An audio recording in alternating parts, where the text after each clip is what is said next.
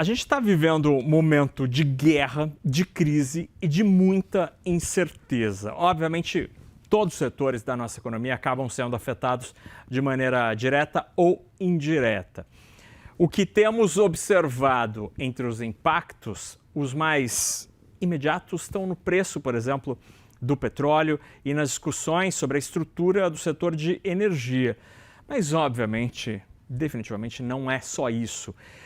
Para entender um pouco como a guerra e este cenário atual afeta o setor de tecnologia, a gente vai conversar agora com Luiz Tonizzi, que é o presidente da Qualcomm para a América Latina. Luiz, obrigado por estar aqui com a gente no CNN Money. Como é que a guerra e tantas incertezas afetam o negócio da tecnologia, que já estava passando por um momento de muita dúvida, pelo menos desde 2020, com a pandemia? Boa noite. Boa noite a todos.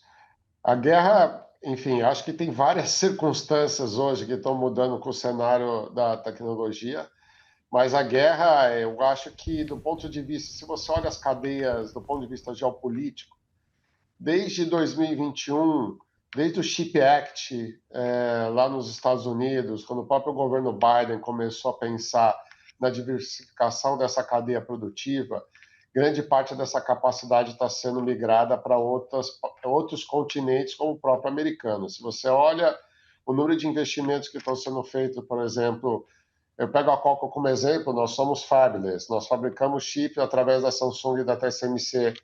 Se você olha o que a gente está fabricando neles, o compromisso que eles têm de colocar a produção tanto na Europa quanto nos Estados Unidos, já vai ser um grande shift ou mudança de demanda. Então, do ponto de vista que você fala, a guerra é uma coisa que hoje está aí, não sabemos quanto tempo vai demorar, mas os investimentos já estão sendo feitos em vários outros continentes para você ter uma cadeia mais horizontal e balanceada ao longo de todos os hemisférios. E Luiz, obviamente, instalar uma planta com o estado da arte da tecnologia para a produção, por exemplo, de processadores, que é o que se tem de mais moderno na manufatura global, custa e custa muito. Para o usuário final, para quem compra tecnologia, é de se esperar um aumento, uma elevação dos preços diante de tudo isso? Veja bem, eu vou explicar o que significa para o consumidor e o que é esse aumento. O aumento não necessariamente ele tem a ver só com a guerra. O aumento principalmente tem a ver sobre como os investimentos estão sendo feitos. Se você olha, Naka, o que está sendo investido em data center no mundo, se você somar as 7 maiores empresas americanas, eles estão investindo 650 bilhões de dólares em data center, isso que é público, eles já falaram. Todos esses data centers precisam de uma coisa chamada memória.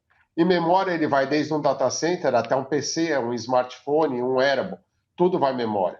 Então tem muita gente dizendo, se eu posso fabricar memória para data center que tem um valor agregado muito alto, por que eu vou fabricar para devices onde o valor agregado é mais baixo? Leia esse valor agregado, o preço médio daquele determinado device. Então, para smartphones de entrada, PCs de uma forma geral, e outros devices de IoT, câmeras, você está vendo que a memória, o preço dela não é que ela está subindo 10%, 20%, ela está triplicando ou quadruplicando.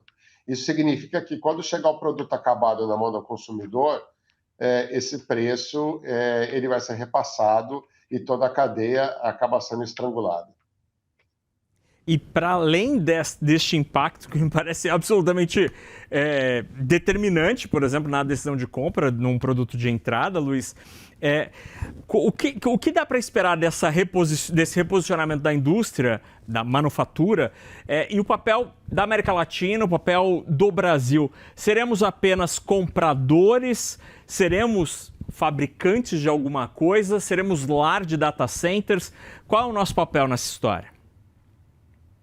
Nós teremos vários papéis. Primeiro, obviamente, nós somos consumidores, somos um dos maiores mercados consumidores de smartphone, computadores, e agora data center, porque você não esqueça alguns pontos. Cada vez mais a gente está falando de AI. AI não só está no data center, o AI vai começar a chegar na mão dos usuários, com os famosos agentes. Não só dos usuários de consumidores, mas dos usuários e empresas. Esse agente e todas essas novas aplicações de AI, não necessariamente elas vão rodar só nos grandes data centers, elas vão rodar também nos seus aparatos, nos devices, o que estiver mais próximo do humano. Imagina um robô. O robô, para tomar uma ação ou para dar uma resposta, ele não pode esperar uma resposta do data center. Imagina o seu carro para frear. Ele não pode esperar também estar conectado ao data center para saber se ele tem que frear, andar para frente ou para trás. São milissegundos. O que a gente fala aqui, os local language models, e até coisas como soberania nacional, que alguns países estão buscando, vão rodar em data centers locais ou on device, onde estiver mais próximo do cliente, para dar uma resposta melhor, até porque às vezes algumas aplicações de AI são de missão crítica, o que a gente chama. Então a gente tem investido muito nisso aqui na América Latina, em vários setores da economia, a tese de divisão computacional, a tese do dado pertencer. Imagina eu numa empresa, no retail, no varejista, colhendo informações de quem está pegando os produtos na gôndola, o que ele está fazendo, o mapa de calor, o que ele consumiu, o que ele não consumiu, se ele largou o produto na hora de fazer a compra. Todos isso são dados rodando para a AI que está sendo pego por uma câmara de forma local com um servidor de AI, ou o que a gente fala um cérebro de AI, colocado dentro da loja. Isso é interessantíssimo, pensar que os sistemas vão conseguir ali coletar, processar e reagir dentro deles mesmos. É absolutamente fantástico tudo isso que a gente está vivendo. Eles vão ser retreinados, inclusive. Né? Imagina que você tem um fine-tuning de tudo isso. É sensacional isso. A gente conversou com o Luiz Tonizzi, que é presidente da Qualcomm para a América Latina. Luiz, obrigado pela conversa. Que pena que a gente não tem mais tempo para falar sobre isso, porque esse é um assunto que eu amo. Obrigado, boa noite e boa semana. Obrigado, boa semana e boa noite a todos. E a você, principalmente. Tchau, tchau, até mais.